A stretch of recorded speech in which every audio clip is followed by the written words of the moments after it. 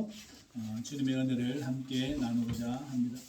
오늘의 이 말씀은 로고스 찬양문이라고 불려지는 말씀에 대한 부분이죠. 그래서 이 말씀이 어떠한 분이었고 또한 이 말씀이 우리에게 어떻게 오셨고 또한 이 말씀이 우리에게 무엇을 설명해 주었으며 무엇을 보여주셨으며 계시하셨으며 같은 말이죠. 그리고 이 말씀을 통해서 우리는 어떻게 되는가에 대한 부분을 사도 요한께서는 이 말씀을 통해서 우리에게 은혜를 전달해 주고자 하십니다. 오늘은 부활의 두 번째 주일입니다. 지난주는 부활절로 우리가 지켰고 오늘도 두 번째 주일로 부활의 기쁨을 누립니다. 태초에 말씀이 계셨다. 이 말씀이 함께 계셨고 이 말씀이 곧 하나님이시라라고 말씀하면서 창세기의 첫 문장과 함께 이 문장을 연결시키고자 하고 그 창세기를 이제 더 풍성하게 설명하는 문장으로 이 문장이 말씀이 시작되어진다라는 거죠. 창세기를 다 기억하시죠, 그죠? 태초에 하나님이 천지를 창조하셨고 또한 그 말씀으로 모든 만물을 세상을 만드신 장면을 우리는 창세기를 통하여서 기억합니다. 그리고 이제는 그 말씀이 누구와 함께 계셨는가와 함께 그 말씀에 대해서 오늘 우리에게 말씀하고 있죠. 그래서 빛이 있으라 했던 그 창조의 시간이 이제 우리에게 다시 떠오르게 되어지는 것이죠. 하나님께서 창조하셨던 그 창조의 시간이 다시 예수라는 분을 통해서 다시 창조되어지는 사건을 보여주는 장면입니다. 놀라운 사건이죠. 뭐가 확 만들어졌나요? 처음에 하나님께서 천지를 만드실 때 이 만드신 이 만물의 사건보다 오늘 이 만물의 사건은 예수님을 향하는 이 말씀은 본질적으로는 보아서는 큰 사건이 아닙니다. 그죠? 왜냐하면 천지 계획이 일어나지도 않았고 어디 번개가 치는 것도 아니며 다시 우주가 확 바뀌어서 확 태어나는 결정적인 순간도 아닙니다만은 그러나 정말 중요한 것이 하나님이 이 세상 안으로 오셨다라는 거죠.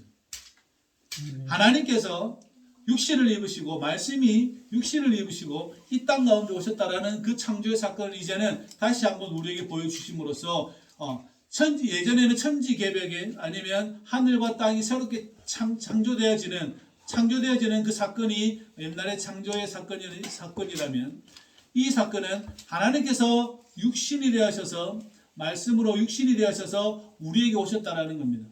그 말씀이 창조되었던 그 창조의 사건이 이제는 그것이 인성을 취했다라는 거예요. 우리와 같은 똑같이 인성을 취했다라는 것에 큰 창조의 변형을 지금 말해주고 있다라는 겁니다. 우리가 잘 들으셔야 합니다. 태초에 빛이 있으라 하셔서 빛이 있게 되었지. 그죠? 빛이 있으라 했던 그 말씀이 이제는 무엇을 입었다라는 것입니까? 우리의 육신을 입으셨다라는 겁니다. 놀라운 사건인 거죠. 이게 실로 놀라운 사건입니다. 왜냐하면 그 말씀을 우리가 보게 되었다라는 것이기 때문에 그렇습니다.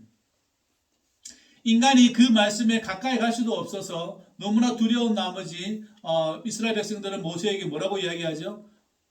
우리가 너무 두려운 당신이 중재자가 되어달라고 이야기합니다. 그만큼 두렵고 무서웠던 그 하나님께서 하나님의 그 어떤 놀라운 신적인 그 권능 앞에서 떨었던 이스라엘 백성들의 말씀을 기억해보면 말들을 기억해보면 근데 오늘 그 말씀이 육신이 되어서 우리에게 오셨다라는 것이죠. 이제는 그 말씀께서 우리에게 오셔서 원래의 인간이 무엇인지를 다시 본래의 인간을 본래성을 다시 생각할 수 있도록 원래 인간은 어떤 인간이었는지 다시 보게 하신다라는 거예요. 저와 여러분들을 보게 하신다라는 거예요. 왜냐하면 보지 못했던 인간들에게 보여주신다라는 것을 우리는 오늘 이 말씀을 통해서 알 수 있게 되어지죠. 그래서 그 말씀이 육신이 되신 것을 설명합니다. 사도 요한께서는 설명을 합니다. 왜냐하면 이분이 하나님이시다라는 거예요. 이분이 하나님이시다라는 거예요. 천지를 만드신 분이시다라는 거예요. 그래서 그분이 우리 눈에 보인다라는 거예요. 그래서 인간은 이제는 그러한 상태의 하나님을 만날 수 있게 되었다는 것을 사도 요한은 말하고 있는 것이죠. 예수님께서 오신 이유가 무엇입니까? 예수님께서 오신 이유가 무엇입니까? 그리고 예수님께서 이 땅에 오신 본래적인 의미가 무엇입니까? 우리가 물어보면 우리가 하나님의 본성 안으로 들어갈 수 있도록 주님께서는 우리에게 오셨다라는 겁니다. 왜냐하면 하나님의 말씀이 몸을 입어서 그렇습니다. 이 육신을 몸을 입으셔서 그렇습니다. 그죠? 말씀이 육신이 되었다는 뜻이 거기에 포함되어져 있습니다. 마찬가지죠. 여러분의 몸 안에는 결국은 사도 바울은 뭐라고 설명합니까? 여러분이 뭐라고 설명하죠? 사도 바울께서 여러분의 몸을 뭐라고 설명하십니까? 사도 바울께서 여러분의 몸을 뭐라고 설명해요? 하나님의 거룩한 뭐죠? 성령. 네. 이제는 그것이 가능하게 되었다는 것을 우리에게 말씀하고 있습니다. 그 나는 나다라고 했던 그 분께서 육신을 입으셨다라는 겁니다. 나는 나다. 모세에게 하나님 제가 어떻게 백성들에게 설득해야 합니까? 나는 나다. 나는 스스로 있는 자다. 그 분이 나를 보내셨다라고 해라. 이렇게 이야기한단 말이죠. 그 하나님께서 육신을 입고 우리 가운데 오셨다라는 거죠. 그래서 우리를 어떻게 해요? 이 육신이 구속되어지거나 이 육신이 어디에 묶여져 있거나 이 육신이 죄에서 고통당하고 있는 것을 하나님께서 풀어 살리시려고 우리에게 오셨다라는 거예요. 그죠? 오셨다라는 그 예수를 믿는다라는 것은 다른 의미가 아니라 저와 여러분들이 죄의 속박에서 벗어나는 것을 의미하고 우리가 예수를 믿는다라는 것은 우리가 하나님의 그 거룩함 안으로 들어간다는 것을 의미하고 여러분의 영혼, 온 몸이, 온 영혼이 하나님께로 간다는 뜻이에요. 하나님께로 간다는 뜻입니다. 그렇기 때문에 여러분이 예수를 믿었다라는 것은 여러분에게 하나님이 너희는 이제는 자유다라고 말하는 거예요. 내가 예수를 믿는다라는 것은 여러분 마음 안에서 이 말이 솟아올라와야 합니다. 나는 이제 자유다. 나는 이제 자유다. 하나님께로 가게 되었다는 말을 여러분이 계속해서 되뇌일 수 있어야 합니다. 그것이 믿는 자의 표상이에요. 나는 하나님께로 갈 수 있는 자가 되었다라는 거죠. 왜냐하면 하나님께서 육신을 입고 이 땅 가운데 오셨기 때문에 그렇습니다. 나는 하나님께로 갈 수 있는 자가 되었다. 나는 자유다. 나는 하늘에 속한 자다. 나는 하늘에 갈 수 있다고 말할 수 있게 되는 거죠. 나는 원래 가지고 있던 아담의 본성을 찾은 사람이다. 그죠? 노동의 수고와 출생의 이 고통이, 출산의 고통이 없는 자다. 인생에 그 고통이 없는 자로 우리를 말할 수 있게 된 거죠. 예수를 믿었다는 것은 그 상태를 말하는 것입니다. 여러분 자유예요. 여러분 스스로 되뇌으시기 바랍니다. 따라합시다. 나는 자유다. 나는 자유다. 나는 이제 자유다. 나는 이제 자유다. 여러분 하나님께로 갈 수 있게 되었어요. 이게 부활의 신앙이에요. 나는 하나님께로 갈 수 있게 되었다. 예수님께서 그래서 어떻게 올라가죠? 하늘로 올리셨다라고 우리는 고백을 하죠. 여러분들도 하늘로 올리게 된다는 사실을 기억할 수 있기를 주의 이름으로 부탁을 드립니다. 그래서 2절에 보면 그가 이제 그라는 단어가 나오면 그분이라는 단어가 나오죠. 복음서의 주제예요. 이 요한복음서에 뿐만 아니라 전체의 주제가 뭡니까? 그분에 대해서 계속해서 말을 하고 있다는 그분, 그리스도이신 그분, 예수님에 대해서 말씀하고 있습니다.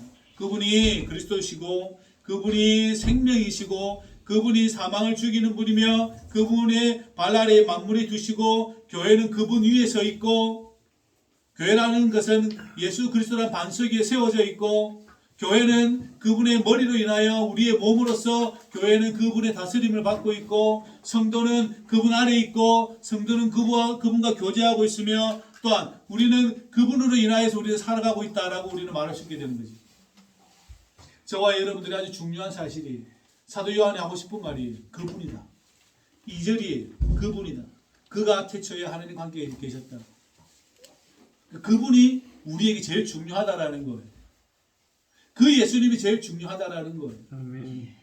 오늘날 여러분들이 TV에 보면 명장 아니면 뭐 기능장 그죠? 뭐 이런 사람들이 있죠. 뭐 잘 만드는 사람 아주 오랫동안 무형문화재 국가 뭐 무형문화재라는 분이 있습니다. 예를 들어서 도자기를 잘 만든다고 합시다.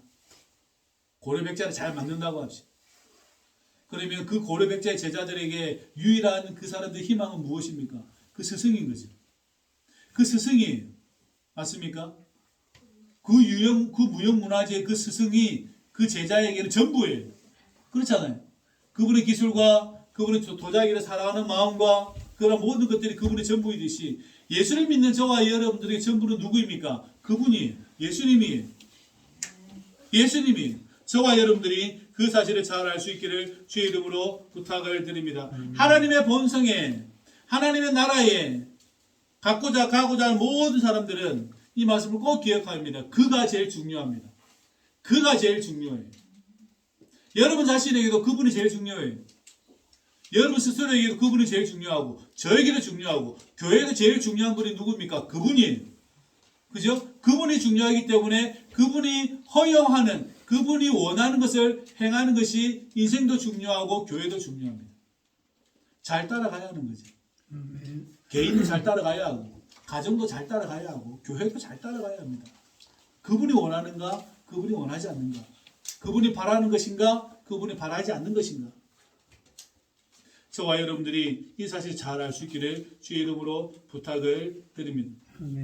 그분이 누구입니까? 바리새인들에게는요 악이에요. 바리새인들에게는 그분은 악입니다. 악. 그러니까 죽이려고 달라들죠. 그리고 결국 죽였죠. 그 바리새인들이 어떤 사람들입니까? 쓸데없는 짓을 했습니까? 아닙니다. 하나님을 너무 사랑해서 그랬습니다. 이유는 그거예요. 하나님을 너무 사랑해서 그랬습니다. 사도 바울도 사울로서 그죠? 그분도 그렇게 했습니다.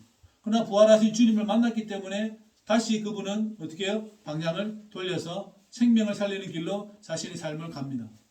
그래서 몇천 킬로나 되는 그 거리들을 다니면서 세 번의 전도 여행을 할 만큼 그분은 그 삶을 살아가게 되는 것이죠.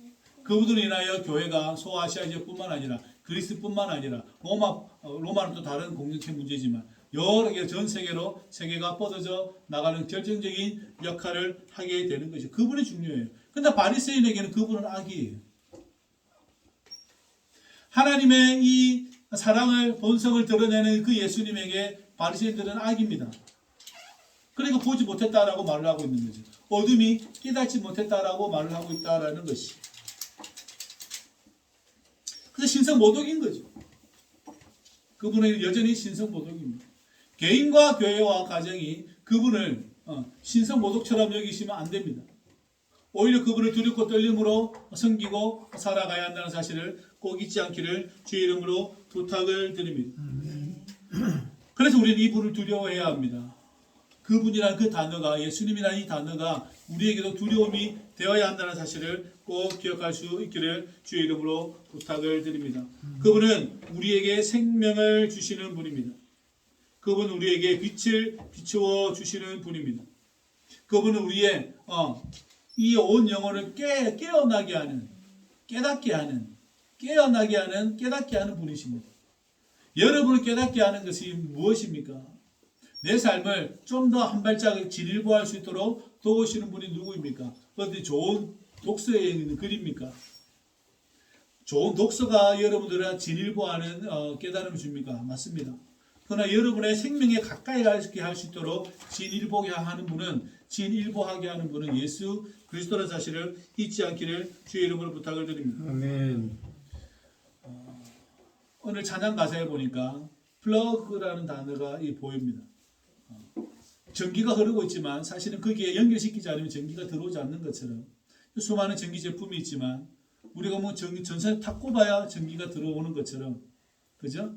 탁 꼽아 들어오는 것처럼 우리가 그와 연결되는 거죠, 그죠? 연결되어지는 것입니다.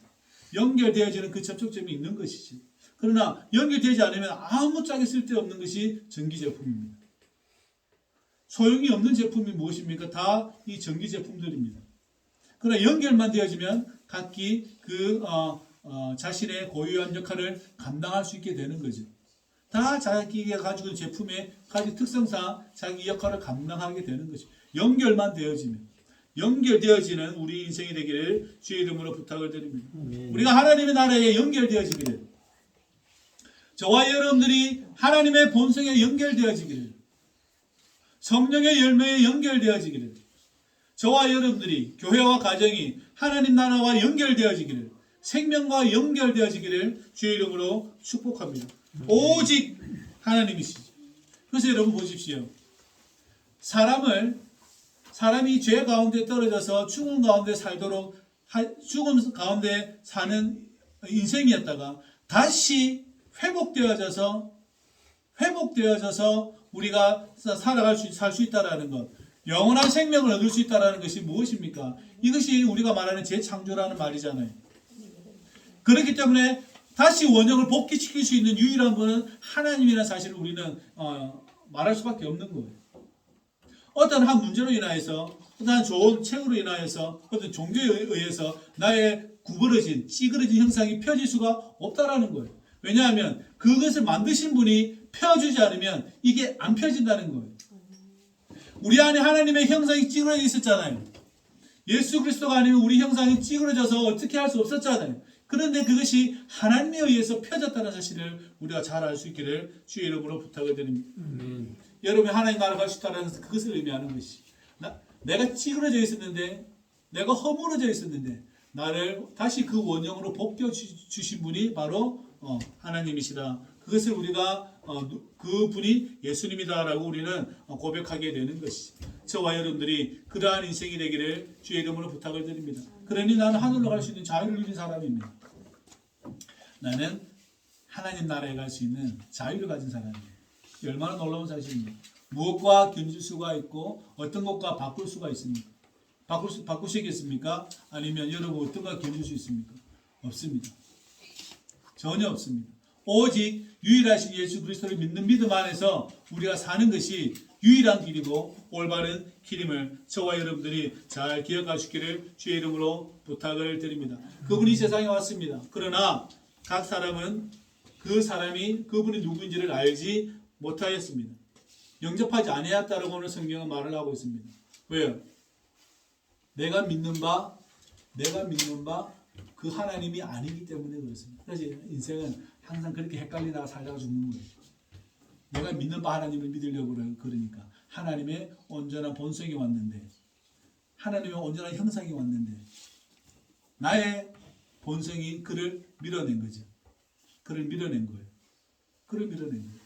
사도들은 어떤 사람들입니까? 그분을 나의 주님, 나의 하나님, 당신은 하나님의 아들입니다라고 고백한 사람들이고 그들의 제자들도 그것을 고백한 사람들이죠. 자기 원형을 포기하고 나의 형상을 포기하고 하나님의 형상을 받아들이기로 결단한 사람들이 누구입니까? 예수 믿는 사람들이. 나의 형상을 포기하고 하나님의 그 원래적 형상을 내가 받아들이겠다고 고백한 자가 예수 믿는 사람들이라는 거예요. 저와 여러분들이 그 사실을 잘 알 수 있기를 바랍니다. 사람들은 예수 알기를 좋아하지 않아요. 그리스도를 알기를 싫어합니다. 왜 그렇습니까? 어둠이기 때문에 그렇습니다.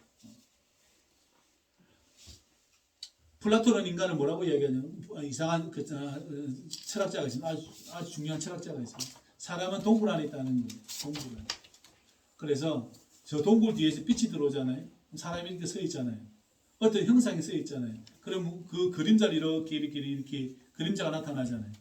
그죠? 그림자가 나타날 거 아니에요. 뒤에서 비추면 사람이 이렇게 생기든지 이렇게 생기든지 그죠?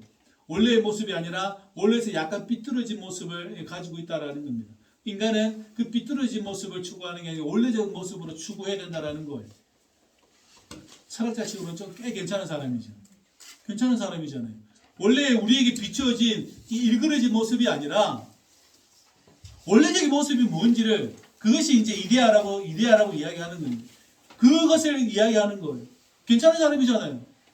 예수를 믿지 않는데도 이 정도 말할 정도면 꽤 괜찮은 분이고 놀라운 사람입니다. 근데 사람들은 원형을 보기 싫어해요. 본래적으로 그래요. 원형을 보기 싫어합니다. 자기가 주인이기 때문에 원형을 보기 싫어한다는 거예요. 그래서 자기가 동굴 안에 있다는 것을 알지 못해요. 비추어진 모습을 보고 그게 전부라고 생각하는 거예요. 비추어진 그 모습이 저게 진짜라고 착각하고 살아간다는 거예요. 그러지 않으기를 주의를 부탁을 드립니다. 여러분의 원래적인 모습은 그리스도이십니다. 예수님이세요. 그분이 여러분의 원래적인 모습이에요. 그 자꾸 그림에다가 예수님을 멋지게 미남으로 그려놔서 문제지. 그게 아니라 하나님은 우리에게 말씀하시는 바가 너희들의 원래적인 모습이 뭐냐? 그 예수다라고 이야기하는 거예요. 복음은 그게 복음이에요. 그러니까 여러분도 궁금해야 합니다. 나의 원래적인 모습이 뭐지? 나의 원래적인 모습이 뭐지? 이게 궁금해야 합니다. 그죠? 질문이 일어나야 되죠. 그죠? 질문이 잘 일어나야 합니다. 내 안에서 나의 원래적인 모습이 뭐지? 그 원래적인 모습이 예수님이라는 사실을 빨리 받아들이시기 바랍니다. 그러니까 자유한 거죠. 나는 하나님 나라에 훨훨 자유롭게 갈 수 있는 자죠. 예수님께서 올라가시듯이. 저와 여러분들이 그 하나님의 은혜를 누릴 수 있기를 주의 이름으로 부탁을 드립니다. 그래서 12절에 영접하는 자, 곧 그 이름을 믿는 자들에게는 하나님의 자녀가 되는 권세를 주셨습니다. 사도 베드로께서 빌립보에서, 가이사랴 빌립보에서 저기 북쪽의 갈릴리 위쪽입니다. 비니아스 폭포 근처에 있습니다. 사람들이 나를 누구라 그러니까 어떤 사람은 엘리야요, 어떤 사람은 선지자요 하더이다. 그러니까 예수님이 제자들이 물어보죠. 너희들은 나를 뭐라 하느냐라고 물어봤어요. 그러니까 사도 베드로께서 뭐라고 말씀하셨죠? 주는 그리스도죠. 또 살아계신 하나님의 아들이십니다. 하나님의 뭐요? 아들이십니다. 오늘 예수를 믿으면 하나님의 뭐가 된다고요? 아들이에요. 같이 왜 말이 같을까요? 왜 말이 같은 말로 표현되어질까요? 여러분이 하나님을 믿는, 예수님을 믿는다라는 것이 무엇을 의미하는지를 잘 생각하고 또 생각하고 또 생각하고 또 생각해야 합니다. 그래서 여러분의 원형이 무엇인지를, 원래적 하나님께서 태초에 흙으로 사람을 지으시고 그 코에 생기를 불어넣으셔서 생명이 되게 하셨는데 그 원형이 무엇인지를 여러분들이 계속해서 이 한 주간 생각하시고 생각하시기를 바랍니다. 베드로께서 예수님 보고 하나님의 아들이라 그랬어요. 그런데 오늘 사도 요한은 여러분의 믿는 자, 그분을 받아들이는 자는 하나님의 자녀라고 이야기합니다. 왜 같은 표현을 썼을까요? 생각하셔야 합니다. 생각하십시오. 그래서 여러분 하나님의 자녀의 근세를 자들이기 때문에 자유해야 합니다. 어둠을 벗겨달라고 사실은 간구해야 합니다. 나의 어둠을 벗겨달라고 우리는 기도해야 합니다. 자신의 눈꺼풀 하나 벗겨달라고 우리는 기도해야 합니다. 그죠? 우스갯소리가 이런 우스갯소리 있어요. 어떤 고등학교, 중학교인지 그 거품, 학교 교실에 쓰여 있는 거품입니다. 달걀을 깨고 나오면 병아리인데 누가 깨어주면 계란 후라이라는 거예요. 스스로 깨어 나오면 병아리인데 근데 누가 깨어주면 뭐가 된다는 거예요? 계란 후라이가 되어버린다는 거예요. 이 세상의 원리입니다. 그죠? 세상은 자기 스스로 깨어나와야 하고 성취를 해야 하고 그렇게 추구해야 합니다. 그런데 믿음에서는 반대예요. 믿음의 신앙생활은 반대예요. 하나님이 깨어주지 않으면 저와 여러분들은 탈출할 수가 없습니다. 전혀 다른 문제예요. 세상은 깨어나와야 합니다. 내가 어떻게든 영어를 22,000개를 외워야 하고 뭐 그런 식이에요. 내가 수학 공식을 외워야 하고 내가 깨치고 나와야 합니다. 원리를 깨달아야 돼요. 누가 깨워주기 시작하면 계속해서 의존할 수밖에 없는 인간이 되는 거죠. 그런데 신앙은 반대적인 현상을 보입니다. 하나님께서 나의 어둠을 깨워주셔요. 하나님께서 나에게 자유를 주셔요. 하나님께서 나에게 생명을 허락해 주셔야 가능한 것이 이 신앙생활이라는 사실입니다. 내가 하나님의 아들이 되고 싶다고 아무리 고래고래 고함질러도 되는 게 아니라는 거예요. 저와 여러분들이 그것을 받아들일 수 있도록, 내 어둠이 나올 수 있도록, 동굴에서 꺼내줄 수 있도록 저와 여러분들이 주님께 간구할 수 있기를 주의 이름으로 부탁을 드립니다. 그래서 이것을 가장 잘 설명하는 것이 가나의 혼인잔치예요. 가나의 혼인잔치에 가장 이것을 잘 설명해 놓습니다. 무엇입니까? 물이 포도주가 다 떨어졌어요. 그래서 어머니 마리아께서는 뭐라 그러죠? 화인들에게 가서 그분의 말을 들으라. 그래서 예수는 내 때가 아닌데 그래도 그 일을 진행하십니다. 그래서 항아리, 돌 항아리에 가득 채웁니다. 이만한 거 보셨죠? 돌 항아리. 거기 가득 채웁니다. 그리고 떠다 주었더니 연회장이 깜짝 놀랍니다. 매니저가 깜짝 놀라요. 세상에 이렇게 좋은 포도주가 어디 있었는가? 물이라는 한 개체가 우리 예수님을 만났더니 전혀 다른 포도주가 되었다라는 겁니다. 이것이 우리에게 말하는 바예요. 하나님의 형상이 일거리였던 우리가 예수님을 만나서 무엇이 된다는 것입니까? 포도주가 된다는 뜻이지. 하나님의 자녀가 된다는 것이지. 마귀의 자식이 있었다가 아니면 자기 세상으로 살아가다가 예수님을 만나서 무엇이 된다는 이야기입니까? 하나님의 자녀가 되는 그 은혜를 잊게 되어진다는 것이. 그러니 여러분은 하나님께로 난 자들이라고 13절에 분명히 선언하고 있습니다. 그래서 자유해야 합니다. 이제 자유다. 나는 이제 자유다. 이제라는 단어가 제일 중요해요. 성경에서 제일 중요한 단어가 이제라는 단어입니다. 이제 나는 자유다. 꼭 기억할 수 있기를 주의 이름으로 부탁을 드립니다. 인간은 그리스도 밖에서 죽음이에요. 그런데 여러분은 그리스도 안에 있으니 여러분 자유인 것이지. 인간은 그리스도와 떨어지면 결별하면 큰일 나요. 그러나 이제는 우리는 그리스도 함께 있으니까 우리는 자유인 것이. 인간은 예수님을 거치지 않으면 여러분 우리 쫓겨나요. 그런데 이제는 우리는 예수 그리스도와 함께 하나님 나라에 들어가게 되었다는 것입니다. 자유롭게 살아갈 수 있기를 바랍니다. 그리스도 안에서 자유와 풍요를 누릴 수 있기를 주의 이름으로 부탁을 드립니다. 오늘 부활의 삶이 여러분과 함께 하시기를 주의 이름으로 축복합니다. 기도하시죠. 아버지 하나님, 주의 은혜에 참으로 감사를 드리옵나이다. 우리를 당신의 거룩한 본성 안으로 들이시려고 당신께서 친히 나타나 주시고 또한 우리에게 그 생명을 허락해 주시고 우리에게 당신의 자녀의 권세를 허락하셨사오니 참으로 감사를 드리옵나이다. 이제는 우리가 세상으로부터 난 자들이 아니라 이제는 하나님께로부터 난 자들이오니 주여 우리가 이것을 확실히 믿고 굳건히 붙잡고 살아갈 수 있도록 우리를 도우시고 인도하여 주옵소서. 예수님의 이름으로 기도하옵나이다. 아멘. 아멘. 네.